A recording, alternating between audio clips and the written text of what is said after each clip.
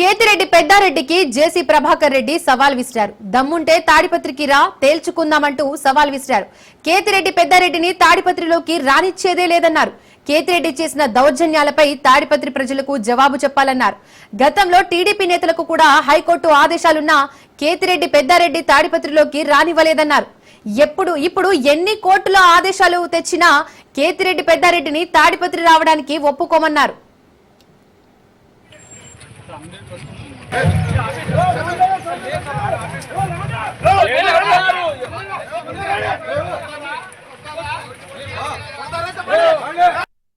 పెద్దారెడ్డి నమస్కారం. ఏమంటున్నావు? నేను మొదటి మాదిరి ఉంటే నాకు ఈ గతి పట్టేది కాదంటున్నావు. నువ్వు ఫ్యాక్షనిస్ట్వే, సారాయి అమ్ముతావు, కేసు ఉంది. నేనేం మాట్లాడినా విత్ ద ప్రూఫ్. ఇసుక మీనావు, ప్రూఫ్లు ఉన్నాయి. ప్రతి లేఅవుట్ లో డబ్బులు తీసుకున్నావు, ప్రూఫ్లు ఉన్నాయి. ప్రూఫ్ తోనే మాట్లాడతా. లాస్ట్ కు నీ ఇంట్లో మున్సిపాలిటీ స్థలంలో కట్టినావు, ప్రూఫ్ ఉంది. సోలార్ భూమినంతా ఆక్రమించుకొని భూములు చేసుకున్నావు. నువ్వు రేపు అడుగు, ప్రూఫ్లు పంపి అని అడిగితే నేను పంపిస్తా నీకు. నేను ప్రూఫ్ తోనే మాట్లాడతానా? దయచేసి అప్పుడు మాదిరి ఉంటే ఇప్పుడు నీ గతి పట్టేది కాదా? రే తమ్ముడు, నువ్వు చేసుకున్న చేష్టలకి ఇప్పుడు నీకు గతి పట్టింది. ఊర్లో అసహించుకుంటున్నారు. ఏమనంటే కోర్టు అంటావు. కోర్టు ఆర్డర్, ఇవన్నీ కోర్టు ఆర్డర్లు, చూసుకోండి ప్రెస్. పొంద కోర్టు ఆర్డర్ ఒకటి కాదు. ఈ బుద్ధు నువ్వేదో అంటానావే, ఇవన్నీ బెంచ్ లో వచ్చినవి. గవర్నమెంట్ ఆంధ్రప్రదేశ్ పోలీస్ డిపార్ట్మెంట్ ఏంటి బహిష్కరణ 5 ఏళ్ళు. నువ్వేందో మాట్లాడతావు పొద్దు నూకులు. నాకు ఆర్డర్ వచ్చింది, కోర్టులో ఆర్డర్ వచ్చిందని. హైకోర్ట్ ఆఫ్ ఆంధ్రప్రదేశ్ అమరావతి వాడిని ఊరికి పిలుచుకురాండి అని వచ్చింది. ఆర్డర్ వస్తే తీసుకుపోయి ఎస్పీ గారికి ఇచ్చినాం. ఇదో ఎల్లో లైన్లో వేసినాం చూడు. ఏమొచ్చింది ఆబొద్దు? మరి ఆబొద్దు పంపిలేదే పోలీసు వాళ్ళు. అంటే నీ కనసందర్లో మెలిగినారా పోలీసు వాళ్ళు? ఇవన్నీ ఆర్డర్లే. లాస్ట్కి ఆడికి పోయినాము, ప్రెసిడెంట్ ఆఫ్ ఇండియా కూడా పోయినాం. సుప్రీం కోర్టుకు పోతే ఏమనింది? గో బ్యాక్ టు హైకోర్ట్, ఆడ మళ్ళీ పర్మిషన్ తీసుకోండి అన్నారు. మరి ఆ బోధ పోలీసులు నీ చెప్పు చేతుల్లో ఉన్నారా పోలీసు వాళ్ళు? ఎక్కడికి పోయినాం? ప్రెసిడెంట్ ఆఫ్ ఇండియాకి పోతే ఆయమ్మ ఎస్పీకి రాస్తుంది, నాయన ఇదేదో చూసి సెటిల్ చేసి ఆ అబ్బాయిని ఇంటికి పంపిండని. నువ్వు ఇప్పుడు ఎన్నిసార్లు పోయినా కోర్టుకి? కోర్టు మాకు రిలీఫ్ ఇచ్చింది. లా అండ్ ఆర్డర్ అనేది ఒకటి ఉంది. కోర్టులో రిలీఫ్ ఇచ్చినా, కోర్టులో అన్ని ఆర్డర్లు ఇచ్చినా లా అండ్ ఆర్డర్ అంటారు. ఈ పొద్దు లా అండ్ ఆర్డర్ నీకును తాడిపత్రి ప్రజలకి. లాస్ట్ ఆడవాళ్ళు కూడా నిన్ను వదిలిపెట్టలే. ఎన్ని చూపివంటావు ఆర్డర్లు? కోర్టు ఆర్డర్లు అన్ని court ఆర్డర్లే.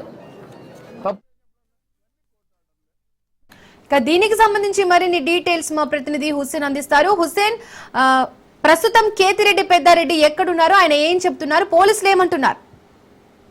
Okay, thank you Deepika. Anantapuram అంటే ఉమ్మడి అనంతపురం జిల్లా తాడిపత్రిలో ఇవాళ ఉదయం నుంచి ప్రతి సవాళ్లతో ఈ తాడిపత్రి పట్టణం టోటల్ గా అట్టుడుకుతుంది అని చెప్పుకోవచ్చు. అయితే అత్యంత ఉద్రిక్తతలు ఉన్నప్పటికీ కూడా అనంతపురం జిల్లా తాడిపత్రిలో శివుడి విగ్రహ ప్రతిష్టను టీడీపీ సీనియర్ లీడర్ ప్రస్తుత మున్సిపల్ చైర్పర్సన్ జేసీ ప్రభాకర్ రెడ్డి పూర్తి చేశారు. అనుకున్న సమయానికి ఇక్కడి పుట్లూరు రోడ్ లో ఏర్పాటు చేసినటువంటి అతిపెద్ద శివుని విగ్రహం స్థానికులకు దర్శనమిచ్చింది. ఈ ప్రతిష్ట కార్యక్రమానికి జేసీ ఆవిష్కరించడం జరిగింది.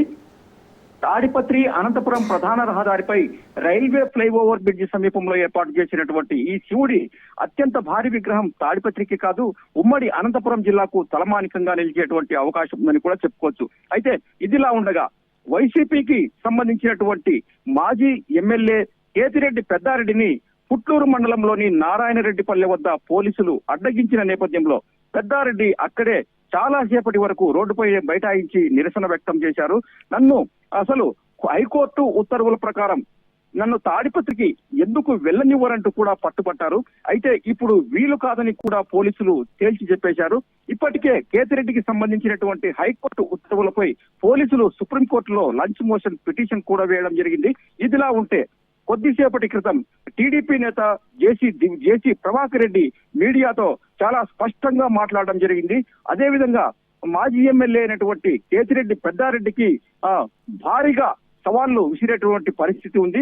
పెద్దారెడ్డి ఒక ఫ్యాక్షనిస్టే కావచ్చు, అయితే అలాంటి ఆటలు ప్రస్తుతం సాగనివ్వవు తాగనివ్వమంటూ కూడా హెచ్చరించడం జరిగింది. అలాగే సారాయి అమ్మినటువంటి చరిత్ర కూడా కేతిరెడ్డి పెద్దారెడ్డికి ఉందనేటువంటి విషయాన్ని మర్చిపోవద్దు ఆయన అంటూ కూడా సూచించడం జరిగింది. తాడిపత్రికి రావడానికి కోర్టు ఆర్డర్ ఉన్నప్పుడు అసలు పోలీసుల అవసరం ఎందుకు వచ్చింది అని కూడా జేసీ పెద్దారెడ్డిని ప్రశ్నించడం జరిగింది. కానీ పెద్దారెడ్డి తాడిపత్రిలోకి రావాలని ప్రయత్నిస్తే మాత్రం తాము కాదు, అసలు పెద్దారెడ్డికి సంబంధించినటువంటి అనేక మంది బాధితులు ఉన్నారు, ఆ బాధితులే పెద్దారెడ్డిని అడ్డుకుంటారని కూడా జేసీ హెచ్చరించడం జరిగింది. అయితే గతంలో ఇదే తాడిపత్రిలో కోర్టు ఆర్డర్లు ఉన్నప్పటికీ కూడా పొట్టి రవి అనేటువంటి నేతను 5 ఏళ్లు తాడిపత్రిలో ఎందుకు అడుగును పెట్టనివ్వకుండా చేశావని కూడా ఆయన సూటిగా ప్రశ్నించడం జరిగింది. ఇదే పొట్టి రవిని తాడిపత్రికి వెళ్ళమని కోర్టు ఆర్డరు, తర్వాత హ్యూమన్ రైట్స్ కమిషన్ ఆర్డర్లు ఇచ్చినా కూడా పోలీసులను అడ్డు పెట్టుకొని ఆనాడు పెద్దారెడ్డి రాజకీయం చేసినటువంటి విషయం మర్చిపోయారా అని అంటూ కూడా ప్రశ్నించడం జరిగింది. అసలు నువ్వు అధికారంలో ఉన్నప్పుడు తాడిపత్రిలో మహిళలు అని కూడా చూడకుండా నీ కొడుకు దాడి చేసిన విషయం కూడా ఎలా మర్చిపోతామని కూడా పెద్దారెడ్డిని జేసీ ప్రభాకర్ రెడ్డి సూటిగా ప్రశ్నించారు. ఎన్ని ప్రయత్నాలు చేసినప్పటికీ పెద్దారెడ్డి ఎవరు ఎన్ని ఆర్డర్లు తెచ్చినప్పటికీ, ఎంతమంది పోలీసుల సహాయంతో వచ్చినప్పటికీ సైతం తాడిపత్రిలోకి రానిచ్చే ప్రసక్తే లేదని కూడా జేసీ ప్రభాకర్ రెడ్డి మరోసారి తీవ్రమైనటువంటి స్వరంతో హెచ్చరించడం జరిగింది. దీపిగా హుస్సేన్, అయితే ప్రెసెంట్ అక్కడ సిచ్యువేషన్ ఏ విధంగా ఉంది? ఇరు వర్గాల కార్యకర్తలు శాంతి పాటించే అవకాశం ఉందా?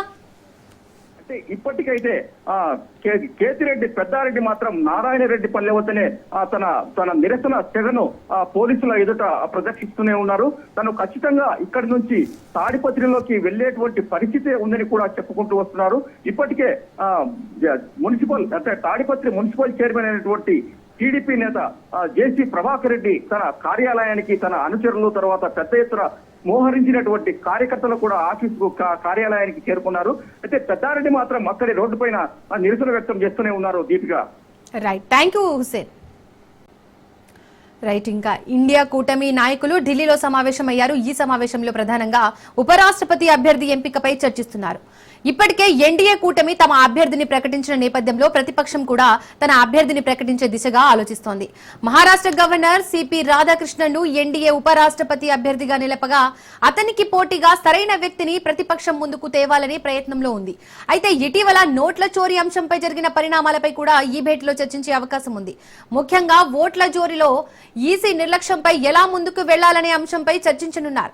ఇటీవల ఎన్నికల సంఘంపై కాంగ్రెస్ సీనియర్ నేత, లోక్సభ ప్రతిపక్ష నేత రాహుల్ గాంధీ తీవ్ర ఆరోపణలు చేశారు. ఎన్నికల అనంతరం కేవలం 45 రోజుల్లోనే ఎన్నికల డేటాను డిలీట్ చేయడంపై ఆయన ప్రశ్నల వర్షం కురిపించారు. ఈ నేపథ్యంలో ప్రధాన ఎన్నికల కమిషన్ పై అభిశంసన తీర్మానం పెట్టాలని ఇండియా కూటమి నేతలు భావిస్తున్నారు.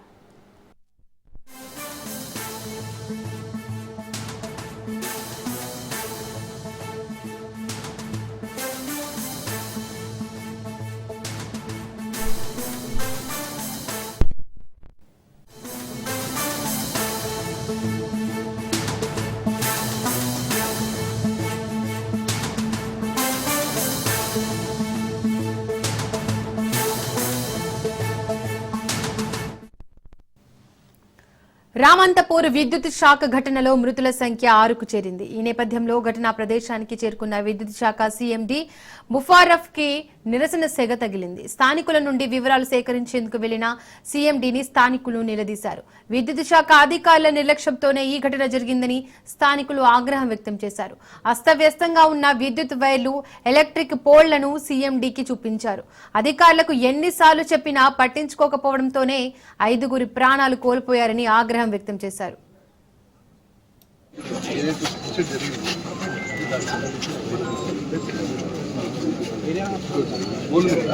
ఈ పోల్కి తగ్గింది, ఇది 5 పోల్స్ అనేది ఇది ప్లస్ మీద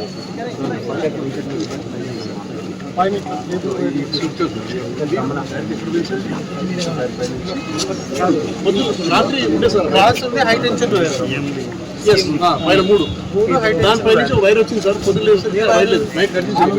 చూస్తుంది కేబుల్ వైర్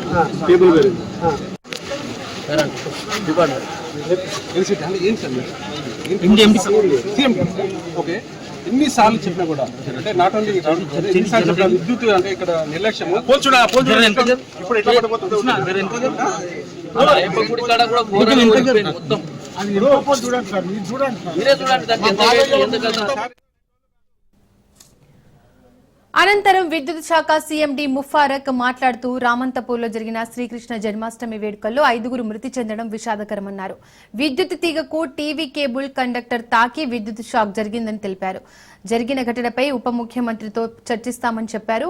బాధితుల కుటుంబాలకు ప్రభుత్వం నుంచి తగిన సాయం అందేలా చూస్తామని హామీ ఇచ్చారు. విద్యుత్ షాక్ ప్రమాదంపై విచారణ జరిపి నిర్లక్ష్యంగా వ్యవహరించిన అధికారులపై తగిన చర్యలు తీసుకుంటామని తెలిపారు.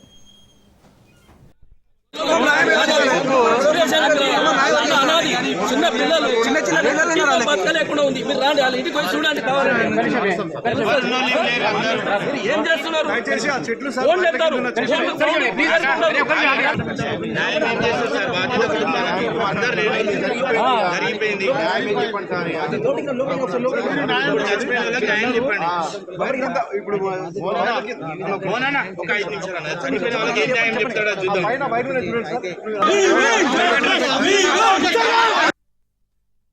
TV cable conductor electrical lines తోని కాంటాక్ట్ లో వచ్చి కింద డాంగ్లింగ్ అవుతున్నప్పుడు ఆ రథం ని తగిలి ఒక 5గురు ఎలక్ట్రిక్యూట్ అయినారు. అదే విధంగా 2 క్రిటికల్ గా ఇంజర్ అయ్యారు. వాళ్ళ దాంట్లో కూడా ఒకరు ప్రాణాలు కోరుకున్నట్టు సమాచారం ఉంది. సో దాన్ని సైట్ ఇన్స్పెక్షన్ చేయడానికి నేను ఇక్కడ రావడం జరిగింది. ప్రభుత్వం దృష్టికి తీసుకెళ్లి రాష్ట్ర ఉప ముఖ్యమంత్రి గారితో డిస్కస్ చేసి దీని మీద ఎంక్వైరీనా ఫ్యూచర్ ఏం చర్యలు తీసుకోవాలి, అలానే ప్రాణ నష్టమైన వాళ్లకు వాళ్ళ ఫ్యామిలీ మెంబర్స్ కి ఏ రకంగా బెనిఫిట్. రామంతపూర్ విద్యుత్ శాఖ ఘటనలో మృతుల సంఖ్య 6కు పెరిగింది. ఈ నేపథ్యంలో ఘటనా ప్రదేశానికి విద్యుత్ శాఖ సీఎండీ ముఫారక్ చేరుకున్నారు. దీనికి సంబంధించి మరిన్ని డీటెయిల్స్ మా ప్రతినిధి రత్నకుమార్ అందిస్తారు. రత్నకుమార్, ఘటనా స్థలానికి సీఎండీ చేరుకున్న వేళ ఆయన ఏమంటున్నారు? బాధిత కుటుంబాలు ఆయనను నిలదీస్తున్నట్టుగా తెలుస్తోంది. పూర్తి డీటెయిల్స్ ఏంటి?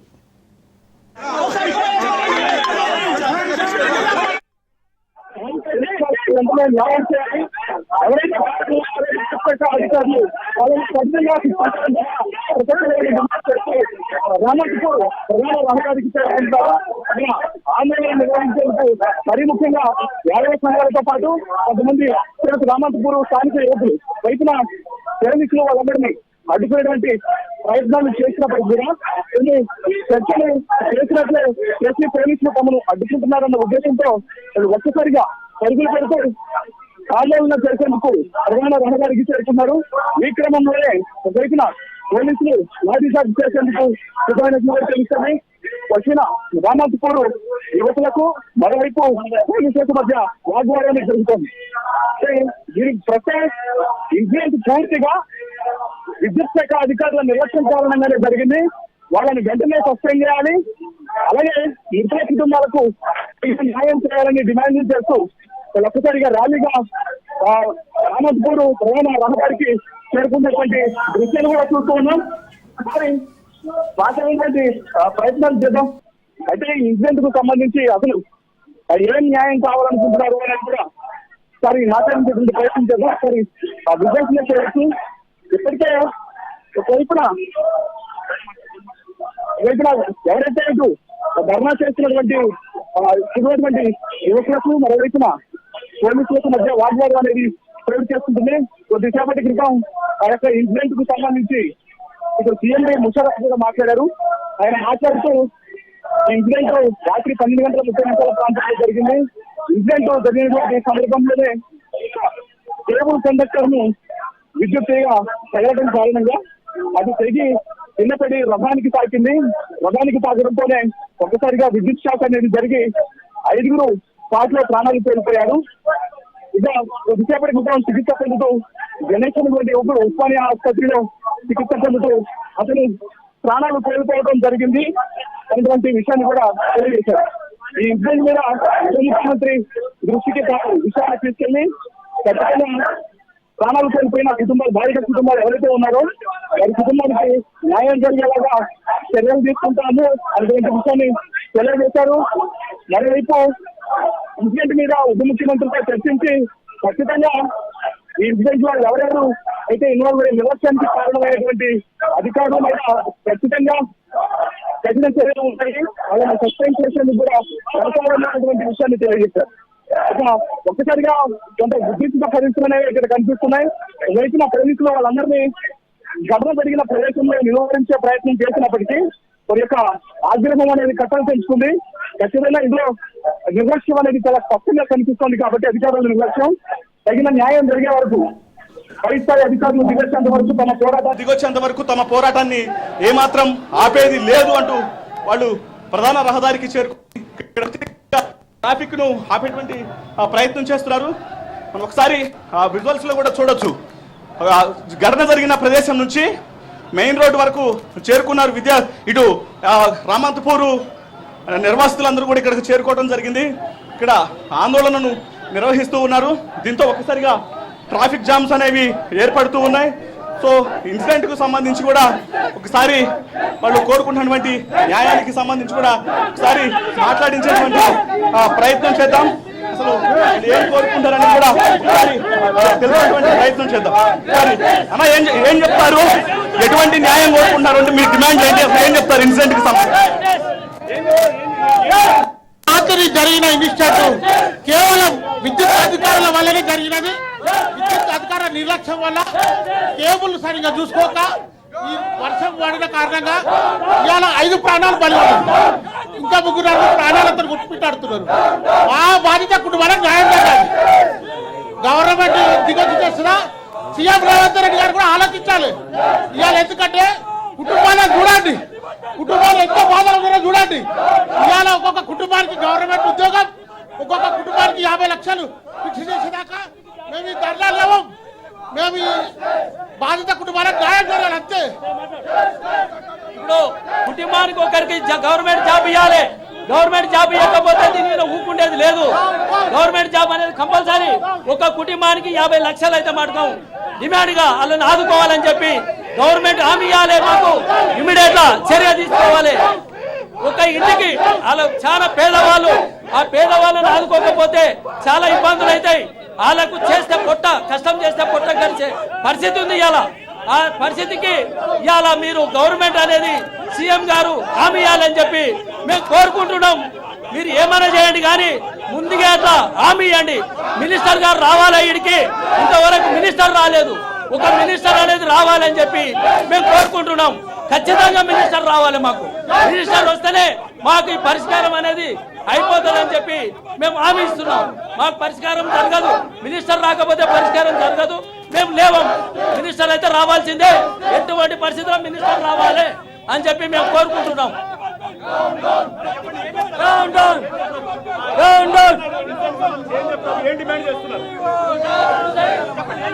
పూర్తిగా ఇది ప్రభుత్వ వైఫల్యము. ఏనాడైనా చరిత్రలో కనీ విని ఎరుగనటువంటి 5 మృతదేహాలు ఎప్పుడైనా చూశారా? కరెంట్ డిపార్ట్మెంట్ కి ఎన్నిసార్లు మొరబెట్టుకున్నా ఒక్కసారి కరెంట్ డిపార్ట్మెంట్ వాడు స్పందించిన పాపాన పోలేదు.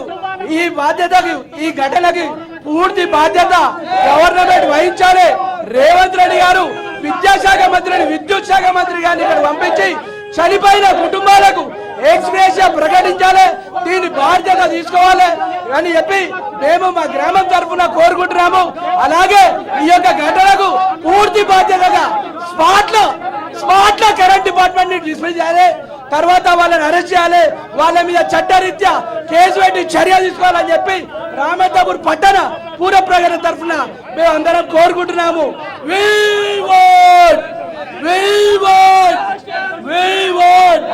కరెంట్ డిపార్ట్మెంట్ పోదాం, కరెంట్ ఆఫీస్ కి పోదాం. ఇప్పుడు చెప్పకుండా కరెంట్ ఆఫీస్ మీద దాడి చేయాలి. సో అది చాలా స్పష్టంగా ఇక్కడ నిర్వాసితులు తెలియజేస్తూ ఉన్నారు. ఖచ్చితంగా ప్రభుత్వ అధికారులు దీనికి బాధ్యత వహించాలి. ఈ ఇన్సిడెంట్ జరగడానికి ప్రధాన కారణము విద్యుత్ శాఖ అధికారుల నిర్లక్ష్యమే ఈ ప్రమాదం జరగడానికి కారణం కాబట్టి వాళ్ళ మీద కఠిన చర్యలు తీసుకోవాలి. చనిపోయిన బాధితుల కుటుంబాలకు 6 చనిపోయారు. ఈ 6 కుటుంబాలకు ఒక్కొక్క కుటుంబానికి ప్రభుత్వ ఉద్యోగాన్ని ఇవ్వాలి. మరోవైపు 50 లక్షల రూపాయలు ఒక్కొక్క కుటుంబానికి చనిపోయినటువంటి ఒక్కొక్క వ్యక్తికి సంబంధించి కూడా 50 లక్షల రూపాయల నష్టపరిహారాన్ని చెల్లించాలనేటువంటి డిమాండ్లు చేస్తున్నారు. ఈ డిమాండ్లు నెరవేరేంత వరకు కూడా తాము ఎట్టి పరిస్థితుల్లో ఊరుకునేది లేదు. ఖచ్చితంగా మృతదేహాలతో ధర్నాను మరింత ఉధృతం చేస్తాము, ఆందోళన ఉధృతం చేస్తాము. ఎప్పటి వరకు ఒక్క మంత్రి ఒక నాయకుడు కూడా వచ్చి పరామర్శించిన పరిస్థితి లేదు. నాయకులు రావాలి. ఎలక్షన్ టైంలో వచ్చి ఓట్లు అడిగేటువంటి నాయకులు ఇప్పుడు అధికారంలోకి వచ్చిన తర్వాత కళ్ళు మూసుకొని కూర్చొని ఉన్నారా? నాయకులు వచ్చి మంత్రులు వచ్చి దిగి రావాల్సిందే. వాళ్ళు వచ్చి పరిస్థితిని సమీక్షించి తగిన న్యాయం చేసేంత వరకు కూడా తాము ఈ రకమైనటువంటి ధర్నానే కంటిన్యూ చేస్తాము, లేకపోతే ఏమాత్రం ఈ నిరసనను ఆపేది లేదు అంటూ కూడా రామంతపూర్ వాసులు తెలియజేస్తున్నటువంటి పరిస్థితి ఉంది. వారి యొక్క ఆగ్రహం అనేది మరింత ఎక్కువైంది. ఘటన జరిగినటువంటి ప్రదేశం నుంచి ఒక్కసారిగా పోలీసులు వాళ్ళను కంట్రోల్ చేసేటువంటి ప్రయత్నం చేసినప్పటికీ కూడా ఉన్నట్టుండి ఒక్కసారిగా ప్రధాన రహదారి మీదకు చేరుకున్నారు. రహదారి మీదకు చేరుకోవడంతో మనం ఒకసారి విజువల్స్ లో చూడొచ్చు. కిలోమీటర్ల మేర ట్రాఫిక్ అనేది ఆగిపోయినటువంటి విజువల్స్ ని కూడా చూస్తూ ఉన్నాం. సో దీనంతటికీ కూడా కారణం రాత్రి శ్రీకృష్ణ జన్మాష్టమి వేడుకల్లో జరిగినటువంటి ఇన్సిడెంట్. ఈ ఇన్సిడెంట్ అనేది గత కొద్దిసేపటి క్రితమే ఈ యొక్క ఇన్సిడెంట్ మీద ఎలక్ట్రిక్ డిపార్ట్మెంట్ కు సంబంధించిన సిఎండి ముషర్రఫ్ కూడా మాట్లాడారు. ఆయన మాట్లాడుతూ జరిగినటువంటి ఇన్సిడెంట్ అనేది ఎక్కడైతే టీవీ కండక్టర్ అనేది ఉంటుందో, కేబుల్ కండక్టర్ అనేది ఎలక్ట్రిక్ వైర్ కు టచ్ అయిన కారణంగా అది కట్ అయిపోయి రథానికి తగిలింది. అప్పుడే ఇన్సిడెంట్ అనేది చోటు చేసుకుని 5 ప్రాణాలు కోల్పోయారనేటువంటి విషయాన్ని కూడా ఆయన చాలా స్పష్టంగా తెలియజేశారు. సో ఇందులో చాలా క్లియర్ గా కనిపిస్తోంది విద్యుత్ శాఖ అధికారుల నిర్లక్ష్యం. ఎక్కడికక్కడ పవర్ పోల్స్ అనేవి పడి ఉన్నాయి, వంగిపోయి ఉన్నాయి. కేబుల్ వైర్లు అలాగే ఎలక్ట్రిక్ వైర్లు తెగిపోతున్నటువంటి పరిస్థితి ఉంది. రాకపోకలకు ఇబ్బందులు ఎదురవుతున్నాయి. పైగా ఇప్పుడు ఇంత పెద్ద ప్రాణ నష్టాలు జరిగినా కూడా అధికారులు కనీసం వాళ్ళు ఏమాత్రం పట్టించుకున్నటువంటి పాపాన పోవట్లేదు. కాబట్టి ఈ జరిగినటువంటి అన్యాయానికి, జరిగినటువంటి ఇబ్బందికి, ప్రమాదానికి బాధిత కుటుంబాలకు తగిన న్యాయం జరిగేంత వరకు తాము ఏమాత్రం ఈ యొక్క ఆందోళనను విరమించేది లేదంటూ కూడా ఉన్నటువంటి రామంతపూర్ వాసులు తాము ధర్నా నిర్వహిస్తూ కూడా తెలియజేస్తూ ఉన్నారు. రత్నకుమార్, అసలు మొత్తం గాయపడిన వారి సంఖ్య ఎంత? వాళ్ళ పరిస్థితి ఏ విధంగా ఉంది? మృతుల సంఖ్య ఇంకా పెరిగే అవకాశం ఉందా? అసలు గాయపడిన వారిని పరామర్శించడానికి గాని, బాధిత కుటుంబాలను పరామర్శించడానికి గాని ఏ నాయకులు ఇప్పటి వరకు రాలేదా? ఇప్పటి వరకు కూడా ఒక్క నాయకుడు వచ్చి ఇన్సిడెంట్ మీద ఆరా తీయలేదు, పరామర్శించడానికి కూడా ఎవరూ రాలేదు అనేది వాళ్ళు వాపోతూ తెలియజేస్తూ ఉన్నారు. మరోవైపు ఇప్పటికే ఇన్సిడెంట్ జరిగిన తర్వాత 5 ప్రాణాలు కోల్పోయారు. ఇప్పుడు ప్రజెంట్ చికిత్స పొందుతూ ఉస్మానియా ఆసుపత్రిలో గణేష్ అనే మరొక వ్యక్తి కూడా ప్రాణాలు కోల్పోయారు. దీంతో మృతుల సంఖ్య 6కు పెరిగింది. ఇక చికిత్స పొందుతున్నటువంటి మరొక 3 పరిస్థితి కూడా విషమంగా ఉంది. కాబట్టి మృతుల సంఖ్య పెరుగుతుందా అనేటువంటి సందేహాలు కూడా వ్యక్తమవుతూ ఉన్నాయి. అయితే ఇన్సిడెంట్ కు సంబంధించి కూడా ఒకవైపున ఆ విద్యుత్ శాఖ అధికారులు ఏకంగా సీఎండీఏ వచ్చి ఆయన ఒక స్పష్టన ఇవ్వడం జరిగింది. ఆ ఎలక్ట్రిక్ వైర్ల యొక్క డిస్టర్బెన్స్ కారణంగానే, అవి అస్తవ్యస్తంగా పడి ఉన్న కారణంగానే ప్రమాదం చోటు చేసుకుంది అనే విషయాన్ని ఆయన చాలా క్లియర్ గా తెలియజేశారు. సో దీంట్లో అధికారుల యొక్క నిర్లక్ష్యం అనేది చాలా స్పష్టంగా కనిపిస్తుంది. కాబట్టి దీనికి ప్రభుత్వ బాధ్యత వహించాలి అనేది కూడా తెలియజేస్తూ ఉన్నారు. మనం ఒకసారి ఘటన జరిగినటువంటి ప్రదేశం నుంచి ధర్నా జరుగుతున్నటువంటి ప్రదేశానికి చేరుకున్నాం. ఒకసారి విజువల్స్ లో చూడొచ్చు. ఇక్కడ ఆందోళన అనేది జరుగుతూ ఉండడంతో ఒక్కసారిగా ట్రాఫిక్ జామ్స్ అనేవి ఏర్పడుతున్నాయి. పోలీసులు మరోవైపున దీని కూడా క్లియర్ చేసేందుకు ప్రయత్నాలు చేస్తున్నారు. ఒక్కసారిగా రామంతపూర్ వాసులందరూ ప్రధాన రహదారి మీద బైఠాయించి ఆందోళన చేయడంతో వాహనాలు ఎక్కడికక్కడ ఆగిపోయినటువంటి పరిస్థితి ఉంది. వాటిని ఇక్కడ యూటర్న్ నుంచి దారి మళ్లిస్తున్నటువంటి విజువల్స్ కనిపిస్తున్నాయి. మరోవైపున చనిపోయిన వారి యొక్క బ్యానర్లను తీసుకుని రావడం జరిగింది. ఎవరెవరైతే ప్రాణాలు కోల్పోయిన వారి యొక్క బ్యానర్లను కూడా తీసుకుని వచ్చారు. ఒకసారి మనం విజువల్స్ లో చూడొచ్చు. ఇక్కడ చట్టపోయిన సురేష్ యాదవ్ అనేటువంటి యువకుడి ప్రాణాలు కోల్పోయినటువంటి వ్యక్తి యొక్క కూడా తీసుకురావడం జరిగింది. మనం వారి కుటుంబ సభ్యులతో కొద్దిసేపటి క్రితమే మాట్లాడినప్పుడు 2.5 సంవత్సరాల క్రితమే సురేష్ యాదవ్ కు పెళ్లైంది. అతనికి 4 నెలల పాప ఉంది. పాల వ్యాపారం చేస్తూ ఇవాళ కుటుంబానికి దిక్కైనటువంటి వ్యక్తి ప్రాణాలు కోల్పోవడంతో వాళ్ళ కుటుంబం మొత్తం కూడా విషాద ఛాయల్లో అలుముకుంది. వాళ్ళ తల్లిదండ్రులను ప్రశ్నించినప్పుడు వాళ్ళు కన్నీరు మున్నీరుగా విలపిస్తూ ఉన్నారు. చిన్న పాప ఉంది, ఆమె భార్య మాట్లాడలేనటువంటి పరిస్థితిలో ఉంది. తల్లిదండ్రులు కూడా ఏడుస్తూ ఉన్నారు. చాలా ఇబ్బందికరమైనటువంటి వాతావరణం వాళ్ళ కుటుంబంలో కనిపిస్తుంది. ఇలా ఒక ప్రాణం కాదు, మొత్తం 6 ప్రాణాలు ప్రాణాలకు సంబంధించి ఇప్పుడు ఆరు ప్రాణాలను ఎవరు తీసుకొచ్చి ఇస్తారు అనేది ప్రస్తుతం వాళ్ళందరూ కూడా ప్రశ్నిస్తూ ఉన్నారు. ఇది వారి యొక్క ఇబ్బంది వల్ల కాదు, వారు చేసుకున్నటువంటి వారి తప్పు లేకుండానే అధికారుల నిర్లక్ష్యం కారణంగా, విద్యుత్ శాఖ అధికారుల యొక్క నిర్లక్ష్యం కారణంగా ఎన్నిసార్లు ఫిర్యాదు చేసినా పట్టించుకోని కారణంగానే ఇంత పెద్ద ఇన్సిడెంట్ అనేది జరిగింది. కాబట్టి ఖచ్చితంగా ఈ ఇన్సిడెంట్ లో విద్యుత్ శాఖ అధికారులు బాధ్యత వహించాలి, ప్రభుత్వ అధికారులు దిగి రావాలి. ఇప్పటి వరకు ఆ శంకుస్థాపనలకు, ప్రారంభోత్సవాలకు, చిన్న చిన్న వేడుకలకు అంగు హార్బాటాలు చేసేటువంటి మంత్రులు ఇంత పెద్ద ప్రమాదం జరిగిన తర్వాత ఎటుపోయారు అనేటువంటి ప్రశ్నలు వాళ్ళందరూ కూడా గుర్తిస్తూ ఉన్నారు. దీనికి న్యాయం జరిగేంత వరకు వాళ్ళ కుటుంబాలకు న్యాయం చేయాలి. జరిగిన ప్రతి నష్టాన్ని మరలా జరగకుండా కూడా అధికారులు చర్యలు ఇమ్మీడియట్ గా తీసుకోవాలి. ఎవరైతే బాధ్యులు ఉన్నారో వాళ్ళని ఖచ్చితంగా కఠిన శిక్ష వాళ్ళకు కఠిన చర్యలు తీసుకోవాలి. అవసరమైతే వాళ్ళను సస్పెండ్ చేయాలన్నటువంటి డిమాండ్లు వినిపిస్తున్నాయి. ఈ డిమాండ్లలో ఏ ఒక్కటి నెరవేరకపోయినా సరే తాము ఈ యొక్క దీక్షలను, ఈ యొక్క ఆందోళనను విరమించేటువంటి ప్రసక్తి లేదంటూ కూడా బాధితులకు సంబంధించినటువంటి కుటుంబ సభ్యులు, రామంతపూర్ వాసులు తెలియజేస్తూ ఉన్నారు. Right Ratnakumar, thank you.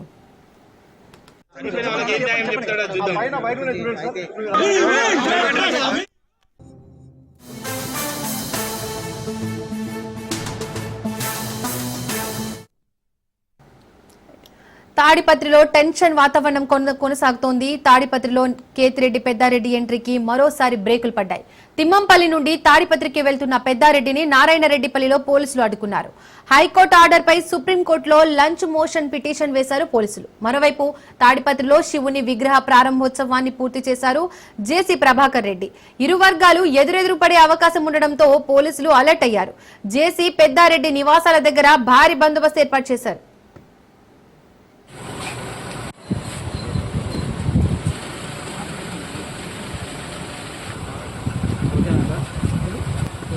ఆయన నోటీస్